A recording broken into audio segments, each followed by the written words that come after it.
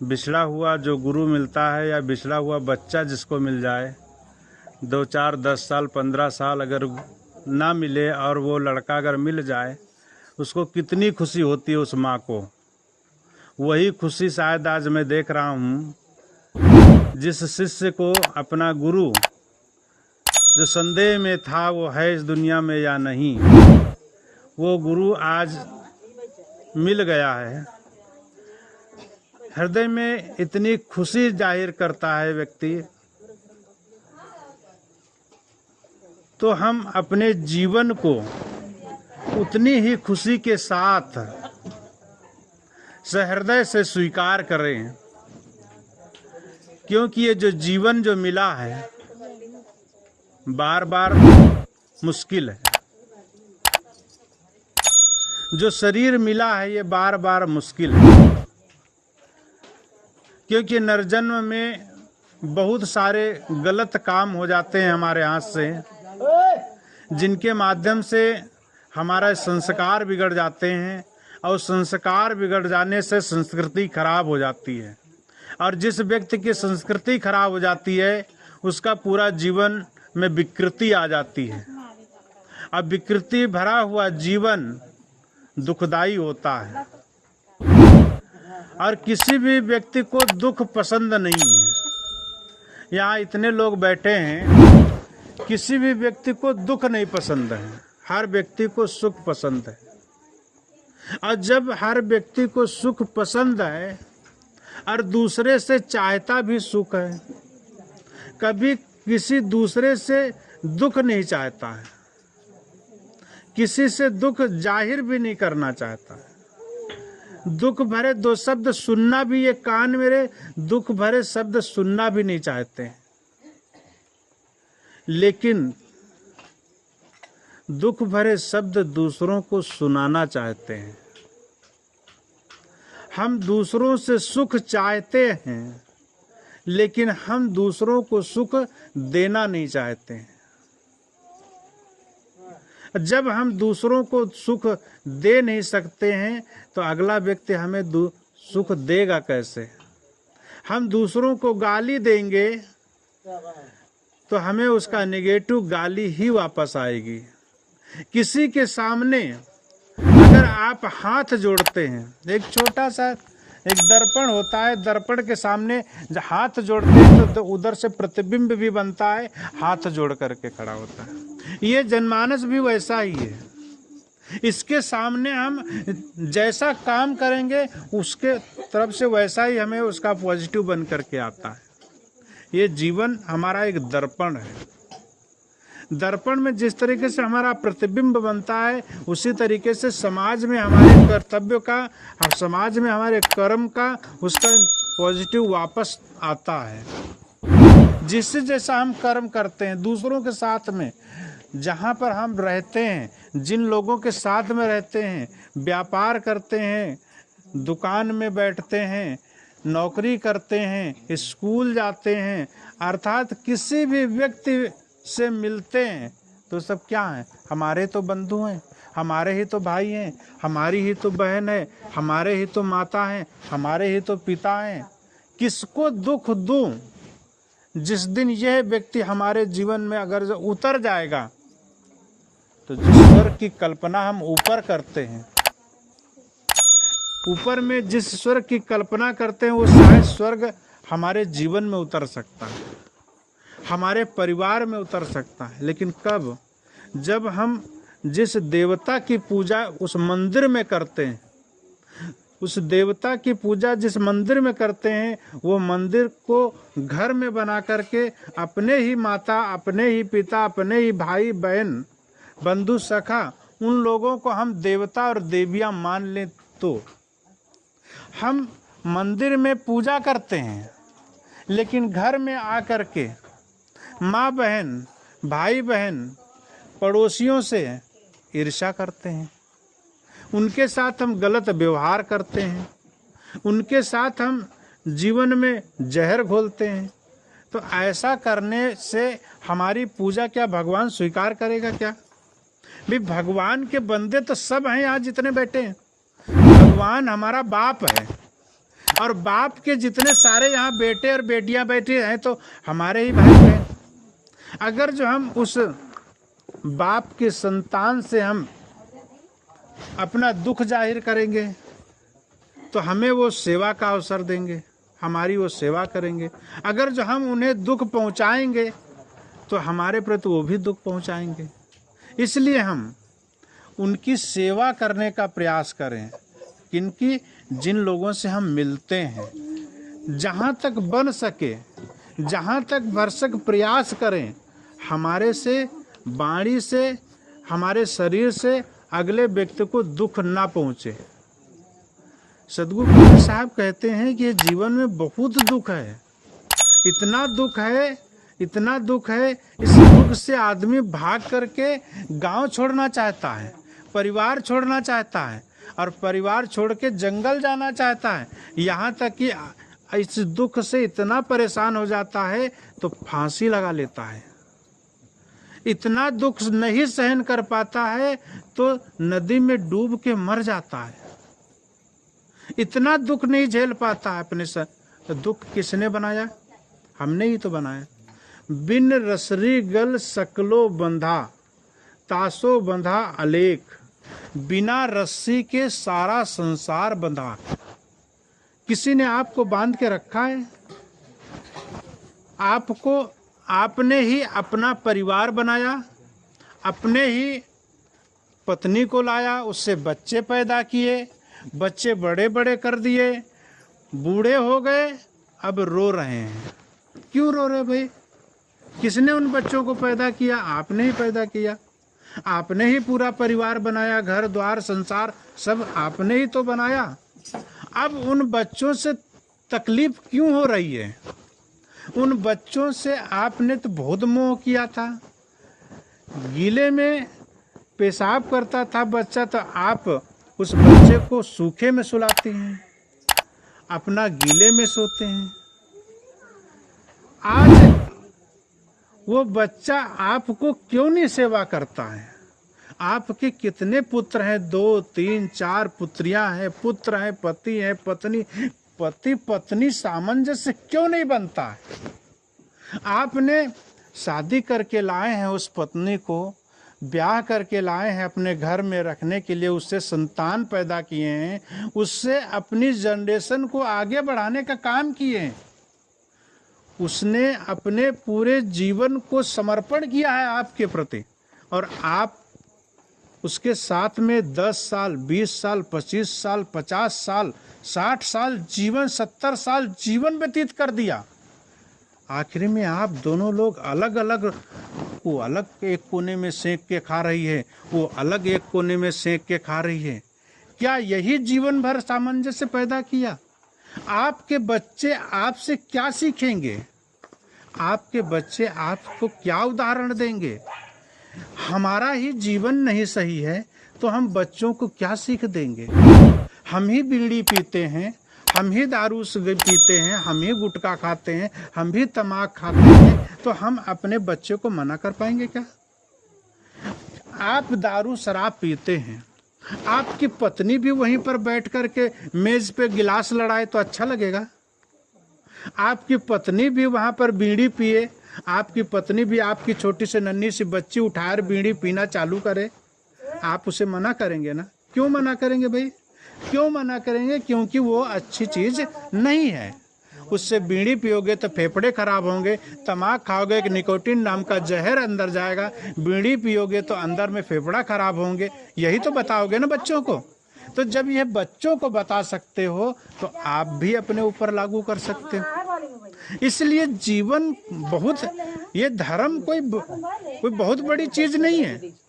ये धर्म कोई खिलौना नहीं है। जैसे लोग धर्म को खेलना चाहते हैं, धर्म कोई खिलौना नहीं है। धर्म एक जीवन जीने की कला है।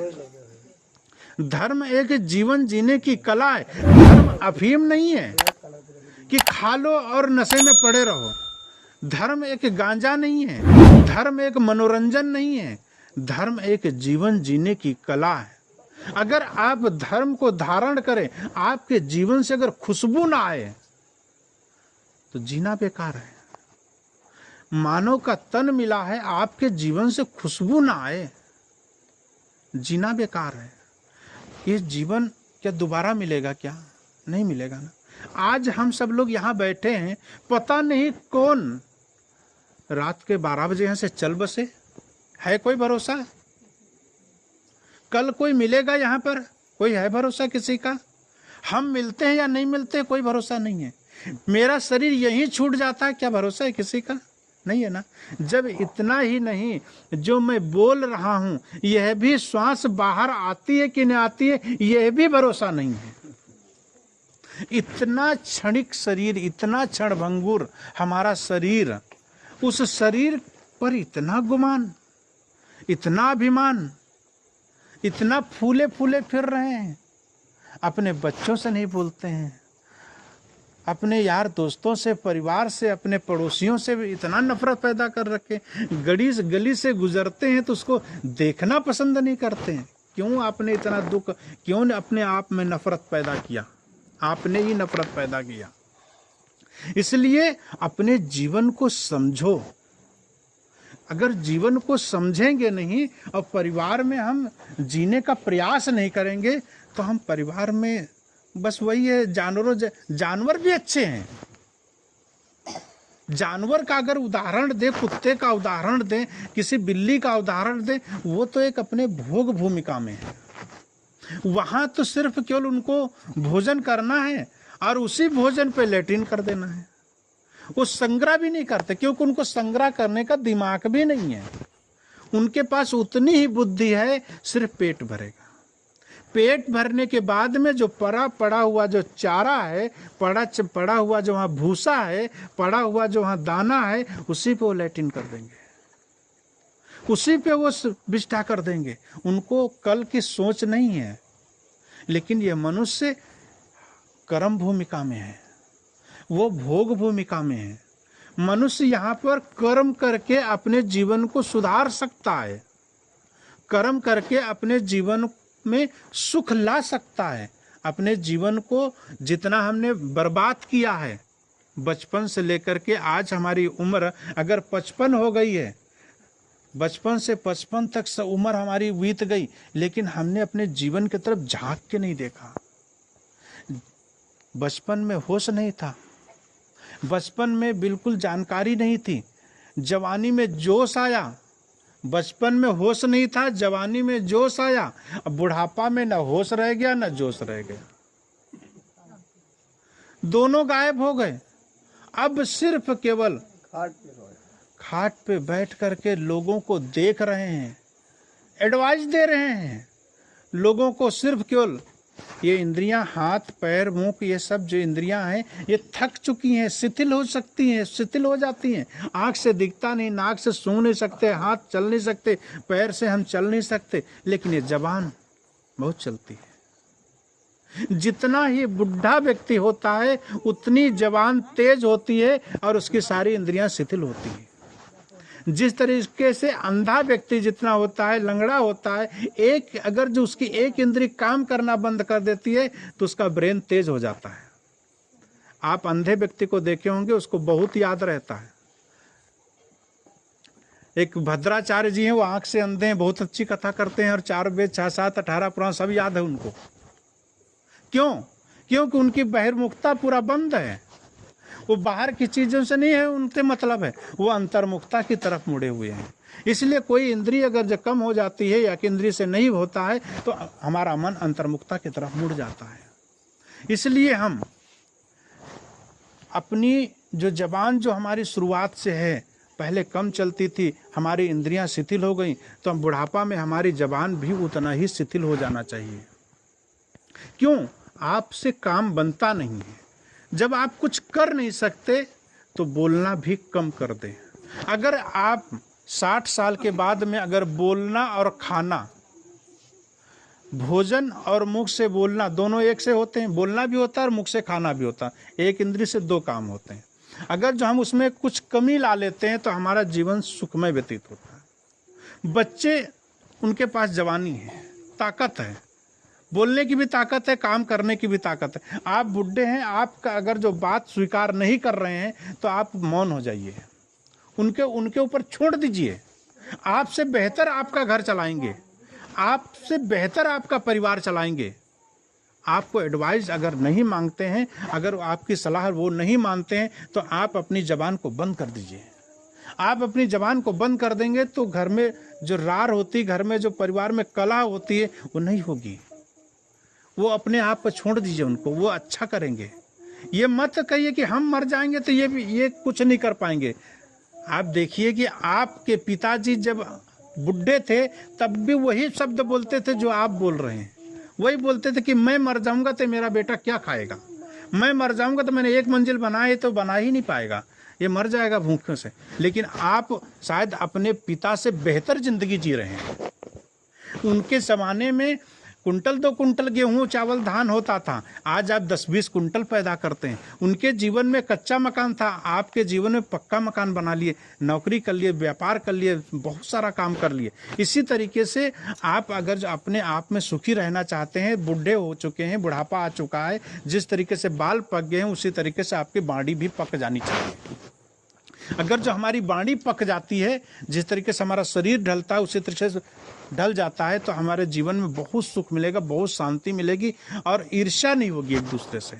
परिवार में सामंजस्य बढ़ेगा, और जब परिवार में सामंजस्य बढ़ता है तो जीवन से खुशबू आती है, जीवन में महक पैदा हो जाती है, और फिर सेवा लेने के लिए हमको सेवा करनी पड़ती है। अगर जो हम अपने माता पिता की सेवा करेंगे तो हमारे जो छोटे छोटे बच्चे हैं वो देखने से उनके शरीर पे, उनके दिमाग पे असर पड़ता है।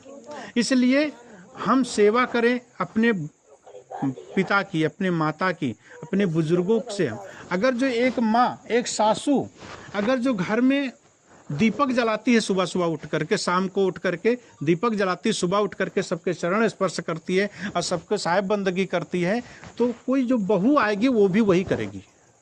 अगर दीपक आपके घर में नहीं जलता है तो बहू आकर के दीपक नहीं जलाएगी। आप अगर साहिब बंदगी नहीं करते हैं, आप अगर नमस्कार नहीं करते हैं, बड़ों का आदर नहीं करते हैं, तो वो बहू भी आएगी, आपका आदर न करेगी, बेटे पे आपका संस्कार न पड़ेगा।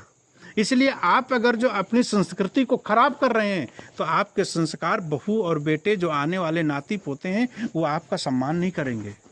इसलिए अपने घर में अपने बड़े बूढ़ों का आदर करना सीखें। इसलिए महिलाओं से, अपने बेटियों से, बेटों से, भाई बहनों से, पिता से, माता से, सबसे मेरा निवेदन है कि अपने घर को स्वर्ग बनाने का प्रयास करें, अपने घर को मंदिर बनाने का प्रयास करें। जब हम अपने घर को मंदिर बना लेंगे तो हमारा घर स्वर्ग हो जाएगा। जिसकी स्वर्ग की कल्पना करते हैं वो स्वर्ग हमारा घर कहलाएगा। ये जितने भगवान हुए हैं ये सब आदमी थे। उन्होंने, भगवान राम इतने अगर अच्छे ना होते तो उन्हें भगवान राम क्यों कहते, रामचंद्र ही कहते उनको। तो उनके अंदर गुण थे इसलिए उनके अंदर हुआ। भगवान बुद्ध, उनके अंदर त्याग वैराग्य का झलकता था इसलिए उनको भगवान कहा गया।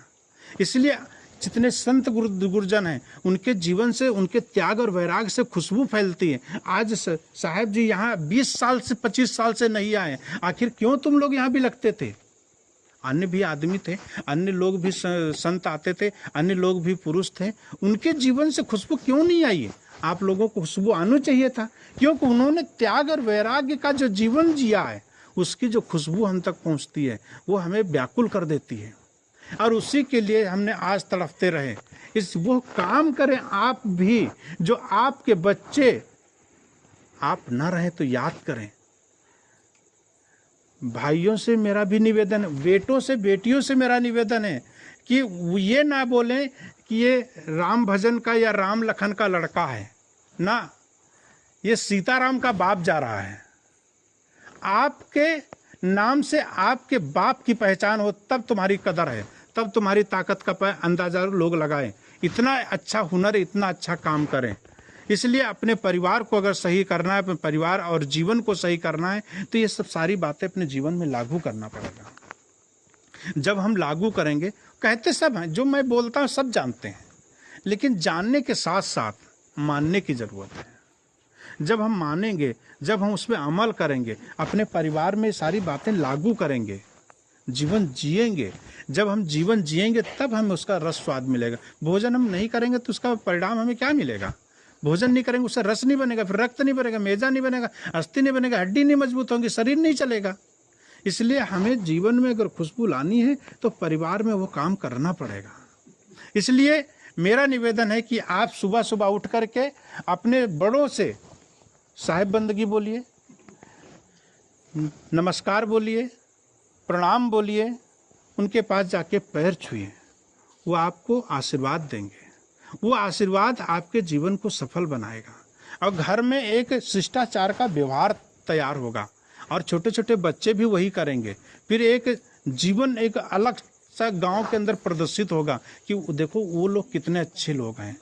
आपके ही कदमों पर लोग चलने का प्रयास करेंगे। साधु संत गुरुजन जो हैं ये आप जीवन को तपाते हैं, जीवन को चलते हैं उसके ऊपर में, तब हम आज उनका अनुकरण करते हैं।